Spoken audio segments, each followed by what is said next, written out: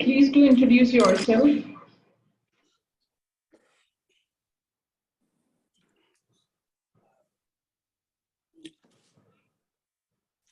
Good afternoon, ma'am. Good afternoon, sir.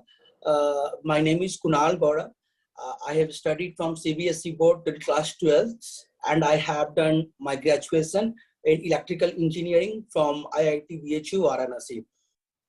I have been working in Power Grid Corporation of India for last 6 years, and currently I have resigned from it to join in Uttar Pradesh as deputy collector. Okay. BPSC में आपका optional क्या है? Ma'am, geography. Okay. And what are your hobbies? Sorry, ma'am. What are your hobbies? My hobbies are jogging and transcendental meditation. Okay. जैसे कि आपने बताया UPPCS में आपका ऑलरेडी सिलेक्शन हो चुका है. Yes, ma'am. तो आप फिर बिहार पब्लिक सर्विस कमीशन क्यों ज्वाइन करना चाहते हैं? मैम, बिहार के थ्रू भी मुझे सेम पोस्ट मिल सकती है, द सेम डिप्टी कलेक्टर, और इक्वली वो दोनों पोस्ट इक्वली होगी. एंड बिहार में मुझे लगता है कि एक इन्वायरमेंट जो है वो ज्यादा चैलेंजिंग है रादर देन यूपी. और थर्डली वो मेरी होम स्टेट भी है, तो एक सेंस ऑफ फुलफिलमेंट भी बहुत अच्छी होगी जब मैं अपने आसपास एक बहुत नॉन कल्चरल लैंडस्केप में काम करूंगा, तो मुझे एक वो सेंस ऑफ फुलफिलमेंट भी बहुत ज्यादा मिलेगी.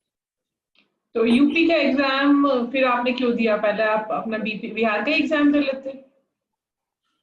मैम, मैं बहुत श्योर नहीं था इसके लिए कि I was not very 100% sure कि मेरा कितने तक हो जाएगा. एंड डिप्टी कलेक्टर की सीट्स जो है वो बहुत कम होती है किसी भी एग्जाम में, तो टॉप 10 रैंक 20 रैंक तक आने तक ही होती है. तो I was very lucky that I got selected in Uttar Pradesh, and I wish कि मैं इसमें भी सेलेक्ट हो जाऊं अच्छे रैंक से. यहाँ पे आपका ये कौन सा प्रयास है? ये मैम, मैंने इससे पहले 2 और प्रयास किए हैं, लेकिन पहली बार मेरी इस बार पीटी निकली है. ओके. आपकी हॉबी आपने क्या बताई?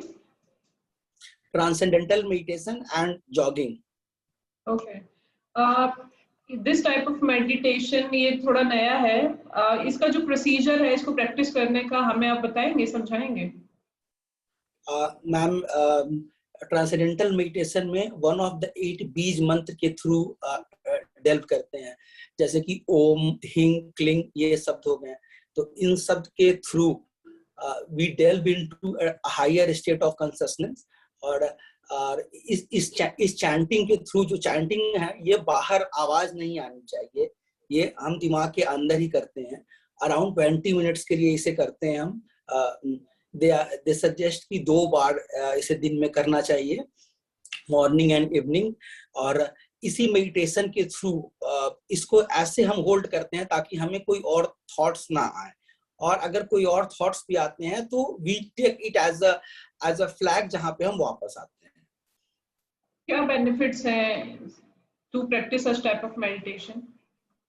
मैम, मैंने पर्सनली इसमें मैंने पर्सनली जो फील इसमें किया है कि सबसे पहली बात कि ये डी स्ट्रेस करता है. हमारे माइंड में बहुत चीजें चलती रहती हैं जो हमें डिकॉन्जेस्ट करना पड़ता है, जैसे वर्क के बाद पढ़ाई में, तो वो उसमें हेल्प करता है. फिर एक सेंस ऑफ प्रायोरिटाइजेशन लाता है, और एक कॉन्शियस लिविंग की ओर हमें ले जाता है. कई बार हम चीजें अनकॉन्शियसली करते रहते हैं, तो वहां से हमें कॉन्शियस लिविंग की ओर ले जाता है. जैसे कि आपने बताया that it is a method to assess higher state of consciousness. कुछ और अदर मेथड्स भी आप हमें बताएंगे जिनके through higher state of consciousness को अचीव किया जा सकता है? मैम, मेडिटेशन के भी कई और तरह के हो सकते हैं, जैसे कि हम बिसाइड मेडिटेशन माइंडफुलनेस के थ्रू हम लोग कर सकते हैं. फिर जर्नलिंग के थ्रू भी हम लोग इस चीज को कर सकते हैं कि when we start questioning ourselves. और बाकी भी जैसे प्रोसेस हैं कि साइकोलॉजिकल ट्रिक्स जैसे कि कुछ होते हैं कि हम अलग अलग सेंसेशनल पॉइंट्स के थ्रू, या कुछ प्रैक्टिसेस होते हैं जिसके थ्रू भी हम लोग अपने ब्रेन को डिकॉन्जेस्ट कर सकते हैं. वहां पे स्पिरिचुअल एंगल नहीं होता है, वो it's more of a physical thing. Okay. What do you dislike and like the most in the present government?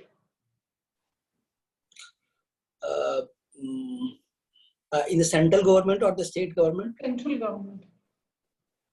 Sorry, ma'am. Central government. Central government. The things that I like in the central government is fiscal consolidation program. They have been very focused about not wasting the resources and bringing down the fiscal consolidation. The second thing is the reform, the economic reforms that they have brought. Like on the ease of doing business, India has jumped from 130 to 58. On the negative side, I think that this has been a criticism of Niti Aayog as well, that they are dependent on market forces is too much. Even in case of social indicators, there has been a dependent that the funds will come from the private sector. That is not happening right now. So health and education sector will be lagging in such a context, and even we will see a higher economic growth, but the social growth may lag in the coming years in terms of education or in terms of inequality. This might become an issue. Bharat सरकार के जो आगामी लक्ष्य हैं उनमें से एक है 2025 तक भारत को 5 ट्रिलियन इकोनॉमी बनाने का। तो आपको क्या लगता है कि हम ये जो टारगेट हमने सेट किया है इसे अचीव कर पाएंगे 2025 तक? Ma'am, to achieve that target of 5 trillion, back 2 years जो एक ट्रैजेक्टरी हमें चाहिए थी वो लगभग 12-13% हमें नॉमिनल जीडीपी ग्रोथ की चाहिए थी।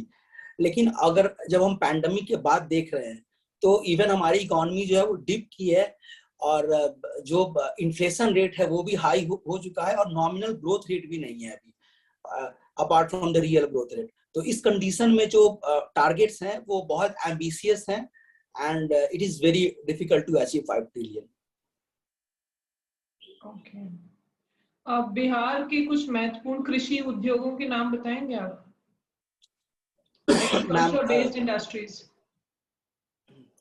मैम, एक sugar cane industry is there in northwestern part. There is tea industry in Kishanganj area, and there is textile industry in Gaya, Bhagalpur area. Paddy industry and wheat flour industry are scattered over the state. Few more industries, कुछ और industries के नाम बताएंगे जो agriculture based है? Makhana processing industry is there. Then there is milk processing, Sudha industry scattered over a few places in Bihar. Moreover, we have things related to meat, but they are not as much good in processing things. So they are more of raw material processing. Bihar में agriculture काफी ज्यादा होता है, फिर भी जो agriculture based industries हैं वो काफी कम है, क्या कारण है उसका? मैम, पहली तो एग्रीकल्चर जो होती है वहाँ वो सब्सिस्टेंस टाइप की होती है। पर कैपिटा जो लैंड अवेलेबिलिटी है वो बहुत छोटी है, तो यूज ऑफ टेक्नोलॉजी जो है वो बहुत कम है, प्रोडक्टिविटी बहुत कम है। ऐसे कंडीशन में जो है वो प्रोसेसिंग की जो फैसिलिटी होनी चाहिए इंडस्ट्रीज वो नहीं आ पाती है।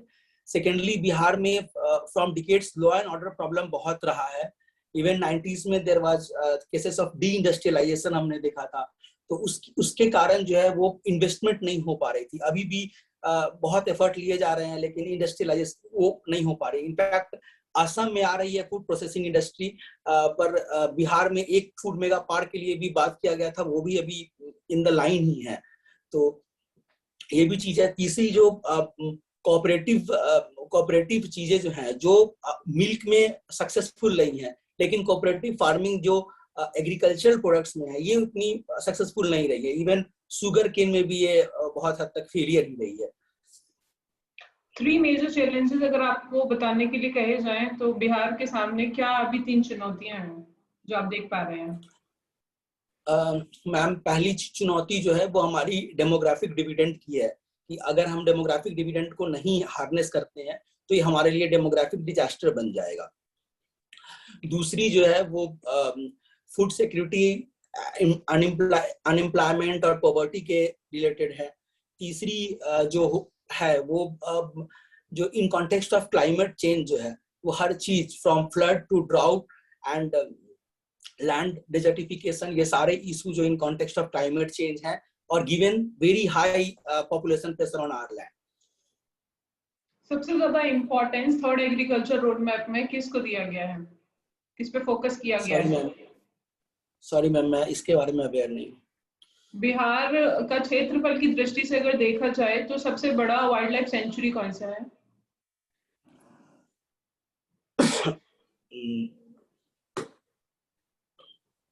Ma'am I am not aware of it, sorry. Bihar का सबसे मैम नेशनल पार्क या wild life sanctuary? Wild life sanctuary. Sorry ma'am, I can not recall it. Okay. Bihar का प्रथम रामसर क्षेत्र कौन सा है, बताएंगे? वेटलैंड।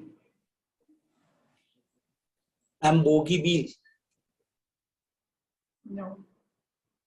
कृषि रोड मैप बिहार में किस वर्ष में शुरू हुए थे? I am not aware of it, sorry. Okay. Bihar Kesari किसे कह के बुलाया जाता है? Ma'am the first chief minister of Bihar Shri Krishna Singh is called Bihar Kesari. Okay. Okay, Deepak sir please continue. Thank you.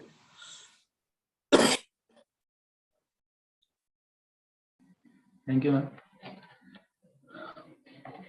Kunal ji, आपकी हॉबी है ट्रांसेंडेंटल मेडिटेशन, रोज करते हैं आप ट्रांसेंडेंटल मेडिटेशन? नो सर, मैं 3 से 5 दिन तक कर पाता हूँ इसे।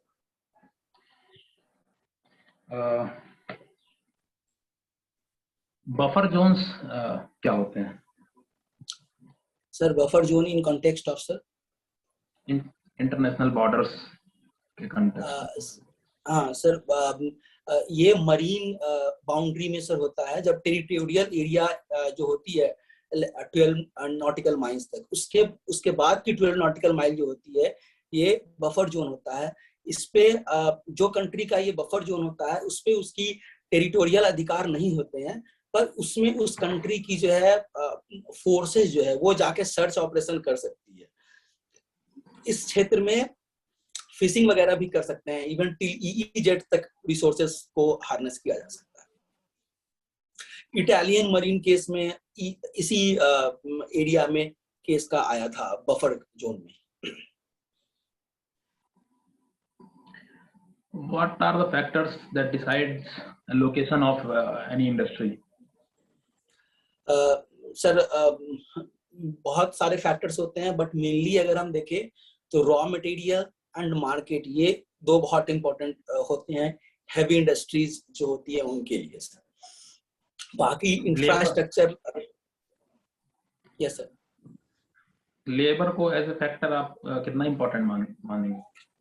Sir labour as a factor, availability of labour sir उस इंडस्ट्री के लिए ज्यादा इंपॉर्टेंट है जहाँ पे स्किल बहुत इंपॉर्टेंट है, like diamond industry, like watch industry. तो लाइक गुजरात में डायमंड इंडस्ट्री का होना is because of the labour from Orissa itself, like watch factory in Switzerland. ये सब चीजें जो है वो डिपेंड, जहाँ की लेबर इमोबाइल होती है, जो माइग्रेट नहीं करती है, उस जगहों में ये लेबर लोकलाइजेशन का फैक्टर आता है। स्टेट रीऑर्गेनाइजेशन की डिमांड इंडिया में काफी ऑफन आपको सुनने में आती है कि हर जगह लोग मांग करते हैं कि हमारा स्टेट अलग हो जाए। आपके अनुसार क्या आधार होना चाहिए स्टेट के रीऑर्गेनाइजेशन का? सर स्टेट रीऑर्गेनाइजेशन के शुड बी इस बेसिस पे होनी चाहिए कि पहला वो रिसोर्स के हिसाब से वो सेल्फ सफिशिएंट है कि नहीं, दूसरी कल्चरली वो एक होमोजेनियस एरिया बन है कि नहीं, और तीसरी उस एरिया जो नई एरिया है और पुरानी एरिया है उसमें एक इकोनॉमिकल फंक्शनल लिंकेज होने चाहिए। अगर ये 3 चीज में से कुछ भी नहीं है तो वो स्टेट वायबल नहीं होगा फ्यूचर। कल्चरल होमोजेनिटी की बात की आपने, क्या अभी लगता है आपको कि इंडिया के कॉन्टेक्स्ट में ये एक प्रैक्टिकल अप्रोच होगी स्टेट रीऑर्गेनाइजेशन के संबंध में? कल्चरल होमोजेनिटी अचीव करना अपने आप में बहुत चैलेंजिंग है इंडिया में। यस सर, हमें ब्रॉडली देखना है कि किस हद तक कल्चरल होमोजेनिटी है। लाइक छत्तीसगढ़ और मध्य प्रदेश में कल्चरल होमोजेनिटी की बहुत डिफरेंस थी। अगर हम देखें तो एक बिल्कुल ही ट्राइबल लैंडस्केप है और मेन लैंड है, तो वहां पे डिफरेंसेस बहुत ज्यादा हो जाते हैं। और शायद नया स्टेट बनाना, लाइक महाराष्ट्र और गुजरात, बिल्कुल दो बड़े एरिया और दो पॉपुलेटेड एरिया है जिनकी कल्चर लैंडस्केप बहुत डिफरेंट है। तो वहां पे महाराष्ट्र और गुजरात को डिवाइड करना सही है। लेकिन अगर जैसे कि हमारे यहाँ 400 से 700 लैंग्वेजेस हैं, तो उस कंडीशन में हर लैंग्वेज के लिए एक बनाना तो स्टेट संभव नहीं है। तो मैक्रो कंडीशन पे हमें ये देखना है कि जो डिमांड फुलफिल हो, और स्मॉल लेवल पे हमें ये देखना है कि जो छोटे कल्चरल ग्रुप्स हैं उनके कल्चर प्रिजर्व हो, उनके डिमांड्स फुलफिल हो। मे बी इट्स गोरखालैंड की हो या फिर तुलु लैंग्वेज की हो, तो उनकी डिमांड्स जो है वो रीजनली फुलफिल हो जाए। ग्रीन जीडीपी को कैसे डिफाइन कर सकते हैं आप? सर, ग्रीन जीडीपी वो जीडीपी है जो कि जो बिना इन्वायरमेंट को डैमेज किए बनाई गई है। जैसे कि रिन्यूएबल एनर्जी के थ्रू जो हम कंस्ट्रक्शन करते हैं। लेकिन sir, concept of green GDP भी can be challenged, because nothing is totally green in this world. Even renewable energy को बनाने के लिए भी बहुत सारे वेस्टेज हम रिसोर्स करते हैं, एनर्जी कंज्यूम करते हैं। तो having a totally green thing is a myth. Plans को डिसकंटिन्यू कर दिया गया इंडिया में। Sorry sir, 5 year plans, yes sir, जो अपनी योजनाओं को अभी इंडिया में discontinue, they have done away with 5 year plans. इस डेवलपमेंट को आप क्या देखते हैं? क्या ये 5 ईयर प्लान्स जिस गोल्स के लिए अचीव करने के लिए कंसीव किए गए थे 5 year plans, have they failed? और इस पूरे डेवलपमेंट को आप कैसे देखोगे? सर, अगर हम 5 ईयर प्लान्स को सिंस इंडिपेंडेंस देखें तो 12 5 ईयर प्लान्स में बहुत सारे हिट्स हैं और बहुत सारे मिसेस हैं। लाइक कैपिटल गुड इंडस्ट्री हमारी बहुत स्ट्रांग हो गई है। We are among the 5th-6th largest economy of the world, 3rd in terms of PPP. हमने पॉवर्टी को बहुत रिड्यूस किया है। एग्रीकल्चर सेल्फ सफिशिएंसी भी 3rd 5 ईयर प्लान से ही है।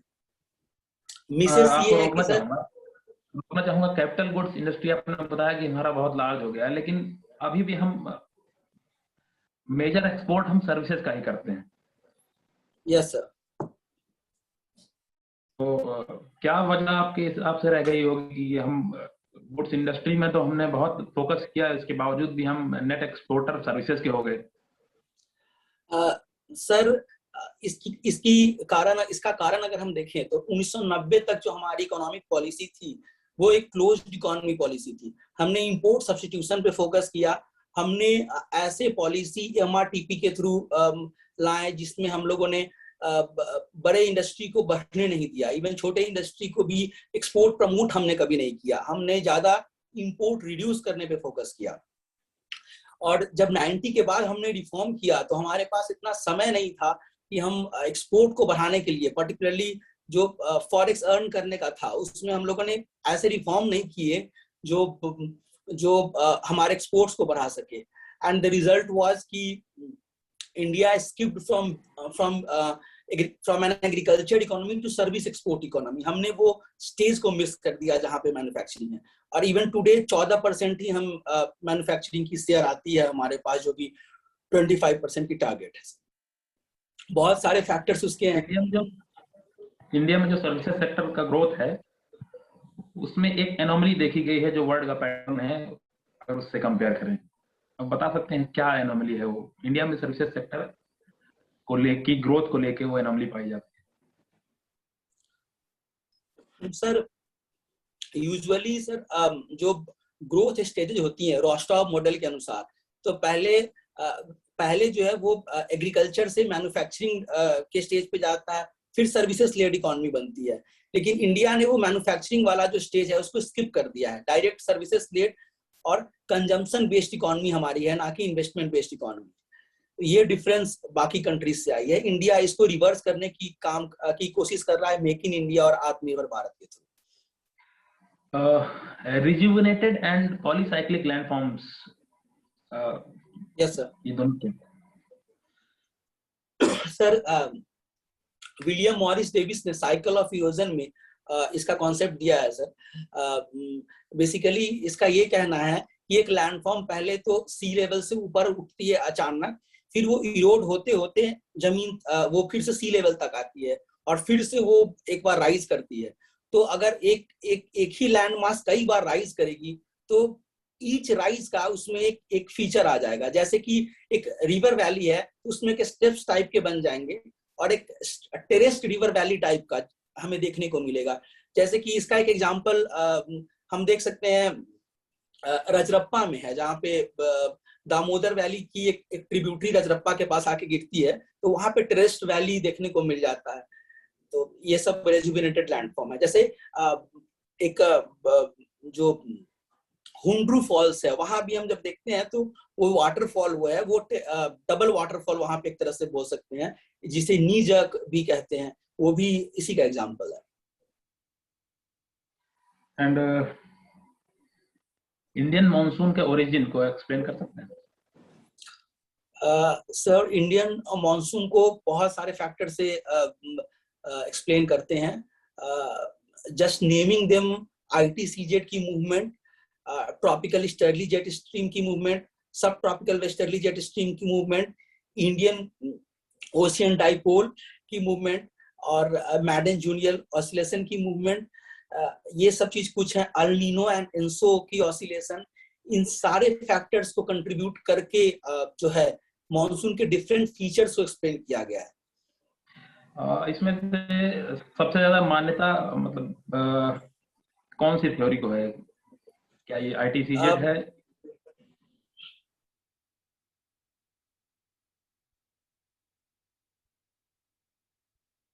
सीजेड बेसिकली एक्सप्लेन चीजें जो अलग अलग फीचर्स को एक्सप्लेन करती हैं, जैसे कि कोई सडन विड्रॉल को, सडन ऑनसेट को, या इंटर सीजनल यानी इंट्रा सीजनल वेरिएबिलिटी को, अलग अलग फैक्टर्स वो करती है। ट्राइबल एरियाज की क्या मेन प्रॉब्लम्स हैं? सर ट्राइबल एरियाज हम कॉन्स्टिट्यूशन के हिसाब से अगर चले, 5th शेड्यूल और 6th शेड्यूल की है, तो 5th शेड्यूल की जो प्रॉब्लम हमारी है, जो कि मेनलैंड मिली ट्राइबल एरिया है, उसकी जो मेन प्रॉब्लम है वो एक तो कल्चर एलिनेशन उनका हुआ है, लैंड राइट्स की बहुत सारी इशू है, पॉवर्टी, एजुकेशन की जो जनरल लेवल्स है, IMR, उनके हेल्थ इंडिकेटर्स वो बहुत खराब है, and the second is Naxalism. ठीक है, मेरी तरफ से इतना ही। अभी ओवर टू कुणाल सर, मुझे लगता है मैंने ज्यादा ही समय ले लिया।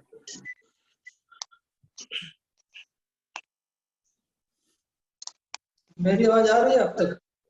Yes sir.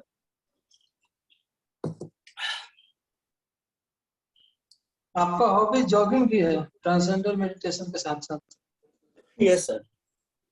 ये जॉगिंग रनिंग से कैसा डिफरेंस है, डिफरेंट है? सर रनिंग में स्पीड जो है वो बहुत ज्यादा होती है, और जॉगिंग में ये 5 to 8 किलोमीटर पर आवर होती है। जॉगिंग में सर फोकस जो है वो एरोबिक ही होता है सर, जो कंज्यूम एनर्जी होती है मोस्टली एरोबिक होती है, और यहाँ पे पर्पस जो होता है वो एंडुरेंस का होता है। रनिंग में एनारोबिक भी हो सकती है, खासकर जब बहुत ज्यादा स्पीड पे हम लोग रन करते हैं। ठीक है। आपने पावर ग्रिड में काम किया, जैसा आपने बताया पहले 6 साल तक। जो इलेक्ट्रिसिटी आउटरीच है ओवर पैन इंडिया, इसमें आपके हिसाब से प्रमुख चुनौतियां क्या है? सर एक तो सबसे बड़ी चुनौती ये है कि जिस तरह से प्लानिंग की गई थी उस तरह से इलेक्ट्रिसिटी की डेवलपमेंट नहीं हुई है। लाइक ऐसा सोचा गया था कि ईस्टर्न रीजन में बहुत पावर सरप्लस है, तो ईस्टर्न रीजन से हम वेस्टर्न रीजन में पावर को ट्रांसपोर्ट करेंगे, लेकिन कोल एक्सपोर्ट के कारण वेस्टर्न रीजन में मुंद्रा इलाके में बहुत बड़े बड़े थर्मल पावर आ गए हैं, तो जो रीजन डेफिसिट हुआ करता था वहां जनरेशन बहुत बढ़ गई है और प्लानिंग उसके हिसाब से नहीं हो पाई थी। तो पहली ये है। दूसरी चैलेंज जो अभी आ रही है वो रिन्यूएबल एनर्जी के कारण आ रही है। ये बहुत इंटरमिटेंट सोर्स है, और ये पूरे ग्रिड के इलेक्ट्रिसिटी फ्लो को बहुत जल्दी चेंज कर देता है। इसके लिए हम किस हद तक तैयार हैं, ये भी एक क्वेश्चनेबल थिंग है। हालांकि ग्रीन कॉरिडोर्स वगैरह का निर्माण किया जा रहा है, लेकिन जिस हिसाब से रिन्यूएबल एनर्जी बढ़ रही है जिस फास्ट पेस से, तो वो एक है। तीसरी, एक्सपेंशन ऑफ जो कॉरिडोर है, जैसे कि हमारी अभी डिमांड अराउंड 200 गीगावाट है, जनरेशन कैपेसिटी अराउंड 450 गीगावाट है, लेकिन जैसे ये 800-900 तक जाएगी 2040 तक डिमांड, उस समय के लिए जो हमें नए वो चाहिए, नए इंफ्रास्ट्रक्चर चाहिए, वहां पे उस जगह पे जाने के लिए जो लैंड हमें चाहिए, वो एक बहुत बड़ा इशू है। लैंड के लिए इवन पावर ग्रिड को भी बहुत स्ट्रगल करना पड़ता है, प्रोजेक्ट्स डिले होती है। और चौथी बात जो है सर, की जो बैंकिंग सेक्टर जो है वो बहुत स्ट्रेस में चल रही है, तो ऐसे बड़े बड़े फाइनेंस प्रोजेक्ट को फाइनेंस करने के लिए भी एक इशू होगा, जैसे कि जितने पैसे इसमें चाहिए, फाइनेंस चाहिए होगा।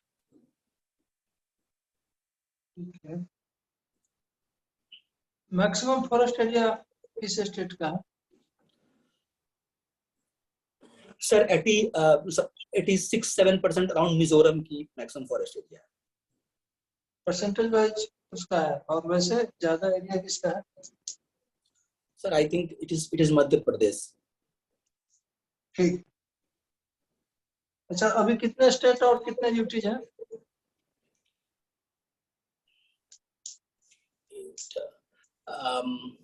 सर 27 स्टेट्स हैं अभी और 9 यूटीज हैं। आप श्योर हैं इसके लिए? Yes sir. यूटीज बनाने के क्या कंडीशन होते हैं? कुछ स्पेसिफिक कंडीशंस हैं क्या? सर कंडीशन स्पेसिफिक नहीं है, पर हर यूटी के यूनिक कंडीशन है जिसमें उन्हें बनाया गया है। किन्हीं को कल्चर के एरिया के हिसाब से जो कि प्रॉमिस किया गया था उस समय के लोगों से, उसके लिए, या किसी की स्ट्रैटेजिक इंपॉर्टेंस के हिसाब से, या किसी की बहुत थिन पॉपुलेशन और डिस्ट्रिक्ट कल्चर के हिसाब से, या किसी को सिक्योरिटी कंसर्न के हिसाब से यूटी का दर्जा दिया जाता है। एक डेमोक्रेटिक कंट्री में यूटीज बनाने की प्रायोरिटी क्या होनी चाहिए आपके हिसाब से? ज्यादा प्रायोरिटी पे होना चाहिए या बिल्कुल काम न चले तब बनाना चाहिए? सर डेमोक्रेटिक कंट्री में एक जो लैगिंग हो सकती है, खासकर एक फेडरल स्ट्रक्चर में जैसे कि इंडिया है, कि वहां पे अगर आप यूटी बनाते हैं तो जो फेडरल फीचर्स हैं उसको उसके अगेंस्ट, प्रिंसिपल के अगेंस्ट जाता है। तो जब हमें बहुत जरूरत पड़े या बहुत क्रिटिकल हो तभी यूटी बनाना जरूरी है। रिसेंट में जो डेवलपमेंट है इसको आप किस तरह से देखते हैं इस पर्सपेक्टिव में? सर ये एक बहुत ही एक्स्ट्राऑर्डिनरी सिचुएशन है और कॉन्टेक्स्ट भी बहुत एक्स्ट्राऑर्डिनरी है। ऐसे में एक्स्ट्राऑर्डिनरी स्टेप्स लेने की जरूरत पड़ती है। और इवन जो जम्मू कश्मीर है तो उसको एक स्टेट लेजिस्लेचर भी दिया गया है इस हिसाब से, और लद्दाख में भी हिल काउंसिल्स की भी व्यवस्था की गई है, तो बहुत हद तक ये स्टेप जस्टिफाइड है। इसके अतिरिक्त किसी और यूटीज के साथ कोई उसके इंफॉर्मेशन में कोई चेंज रिसेंट में? जो जम्मू कश्मीर की आप बात कर रहे हैं उसके अतिरिक्त कोई और यूटीज है क्या जिसके फॉर्मेशन में कुछ चेंज किया गया रिसेंटली? एक बिल आई थी यूनियन टेरिटरी ऑफ दिल्ली के रिगार्डिंग, जिसमें ये रीअफर्म किया गया है कि जब भी गवर्नमेंट को हम बोलते हैं तो he is lieutenant governor and not the state government. इसके बारे में आपका क्या विचार है? सर इसमें इसके दो पहलू हैं सर। पहले की ये तो फ्रीक्वेंट जो differences between the state the elected government और लेफ्टिनेंट गवर्नर के बीच में जो फ्रिक्शन है, ये कहीं इसको कम कर सकता है। लेकिन सेकेंडली ये एक डेमोक्रेटिकली इलेक्टेड गवर्नमेंट के ऊपर, रिप्रेजेंटेटिव के ऊपर एक नॉमिनल हेड को रखा जा रहा है, तो this goes against the principles of popular democracy. अभी रिसेंटली किसी दो यूटीज को मिलाया गया क्या? एक बनाया गया मिला के? Yes sir, Dadra and Nagar Haveli and Daman and Diu. आपने आज का न्यूज़पेपर पढ़ा? नो सर, आज नहीं पढ़ा। तो करंट अफेयर से अवेयर कैसे करते हैं अपने आप को? सर न्यूज़पेपर ही पढ़ता हूँ। आज नहीं पढ़ा? Yes sir. कौन सा न्यूज़पेपर पढ़ते हैं आप? Sir Hindu and express. Editor कौन है हिंदू के? सर अभी मैं अपडेटेड नहीं हूँ, सॉरी सर। अच्छा, एक बात फ्रिक्वेंटली यूज होती है बिहार के संदर्भ में, स्पेशल स्टेटस का डिमांड होता है। ये स्पेशल स्टेटस क्या है और इतना ज्यादा इम्पोर्टेंट क्यों है बिहार के संदर्भ में? पक्ष हो या विपक्ष, दोनों यूज करते हैं इस टर्म को। सॉरी सर, ये जो स्पेशल स्टेटस का जो दर्जा होता है, इसको लेके चाहे पक्ष हो, गवर्नमेंट हो या विपक्ष की दल हो, दोनों इस चीज को बार बार यूज करते हैं। बिहार के संदर्भ में ये इतना इम्पोर्टेंट क्यों है? सर ये 5 ईयर प्लान के अंतर्गत स्पेशल स्टेटस कैटेगरी का ये कंडीशन लाया गया था। इसमें कुछ 5 क्राइटेरिया थी, उसके अकॉर्डिंग एक स्टेट को स्पेशल स्टेटस कैटेगरी दिया जाता था, जैसे कि हिली टेरेन, बॉर्डर एरियाज, फिर फाइनेंस। इसमें 5 कंडीशंस थे। बिहार के कॉन्टेक्स्ट में इसलिए इसे लाया जाता है कि कुछ कंडीशन जो है वो बिहार के मैच करते हैं। लाइक बिहार एक बॉर्डर स्टेट है, जो यहाँ की डेवलपमेंट है वो बहुत कम है, और झारखंड के डिवीजन के बाद जो रिसोर्स बेस है बिहार की वो बहुत कम गई है।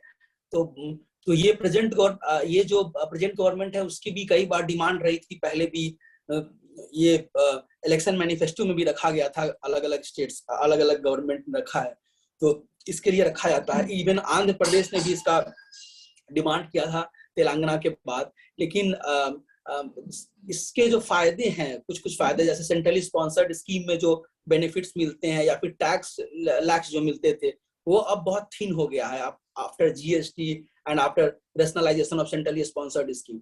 तो आज के संदर्भ में इसका यूटिलिटी बहुत ज्यादा नहीं है, रादर ये इमोटिव फैक्टर बहुत ज्यादा रह गया है स्पेशल स्टेट कैटेगरी। बिहार के सोशल इश्यूज क्या है? Social issues sir starting from women की अगर हम देखें तो यहाँ पे literacy rate, maternal mortality rate, education, access to health facility, ये बहुत पुअर है। हेल्थ में भी जो बिहार में 1 बेड पर 10,000 पीपल है, जो कि बहुत बुरी है कंपेयर टू केरला और दिल्ली। सेकेंडली, अगर हम रिलीजन की बात करें तो बिहार में कई बार रिलीजियस इंटॉलरेंस और बड़े बड़े राइट्स देखने को मिले हैं, इंक्लूडिंग द भागलपुरी लेट 1980s। कास्ट एक इशू जो है, और ट्राइबल इशू, कास्ट इशूज में जो इंटरकास्ट फैक्शनलिज्म है वो बिहार में वो बहुत ज्यादा है compare to any other state in India. और चाइल्ड इशूज की जब हम बात करते हैं तो चाइल्ड में भी यहाँ पे जो डेवलपमेंटल इश्यूज है चाइल्ड के वो बहुत ज्यादा है इन टर्म्स ऑफ न्यूट्रिशन। गिवन की टोटल फर्टिलिटी रेट भी बिहार की 3.5 के अराउंड है, तो लार्ज पॉपुलेशन है। दूसरी, यूथ की जो ना होने पे डिमांड, ना सही एजुकेशन मिलने के कारण एक हमारा जो मेजर चंक ऑफ यूथ है वो डाइवर्ट हो रहा है नॉन यूजफुल, जो हम बोल सकते हैं कि उतने यूजफुल अनप्रोडक्टिव चीजों की तरफ डाइवर्ट कर रहा है। तो ये भी एक इशू है। ड्रग अब्यूज को आप एक समस्या मानते हैं कि नहीं बिहार के संदर्भ में, या इसका कोई रेलेवेंस नहीं है बिहार के संदर्भ में? Sir cases of drug abuse Bihar में उस तरह के नहीं आए हैं जिस तरह के पंजाब वगैरह में देखने को मिले हैं। तो रिसेंटली मैं बोल रहा हूँ, अभी विगत जब शराबबंदी वहां पे लागू है। शराबबंदी के बाद सर जो इलीगल शराब की जो वो है स्मगलिंग है क्रॉस द बॉर्डर, वो बहुत बढ़ गई है। और जो इस कंडीशंस का फायदा उठाने के लिए एंटी सोशल एलिमेंट्स भी ड्रग्स का इस्तेमाल कर रहे होंगे। मैं अपडेटेड नहीं हूँ उसके लिए, इसके रिगार्डिंग की अभी इसकी क्या कंडीशंस। ये जो शराबबंदी यार, ये अगर पैन इंडिया लगाया जाए तो इसके बारे में आपका क्या सोचना है? ये लगा देना चाहिए थोरोली पूरे इंडिया में जैसा बिहार में लगा? सर पैन मुझे लगता है कि सर ये राइट टू चॉइस के अगेंस्ट है। सेकेंडली, पैन इंडिया पे लगाने से पहले इसके जो बेनिफिट्स हैं और चैलेंज, इसके बेनिफिट्स हैं और ड्रॉबैक्स हैं, इसे हमें साइंटिफिकली एसेस करना चाहिए पहले कि किस हद तक ये बेनिफिशियरी है और किस हद तक जो है alcohol is responsible for disrupting families और डिसरप्टिंग कैरियर, जो भी, तो उसके बाद ही हमें इसे ऐसा बड़ा स्टेप लेना चाहिए। कुणाल जी, आपका इंटरव्यू ओवर होता है। Thank you so much.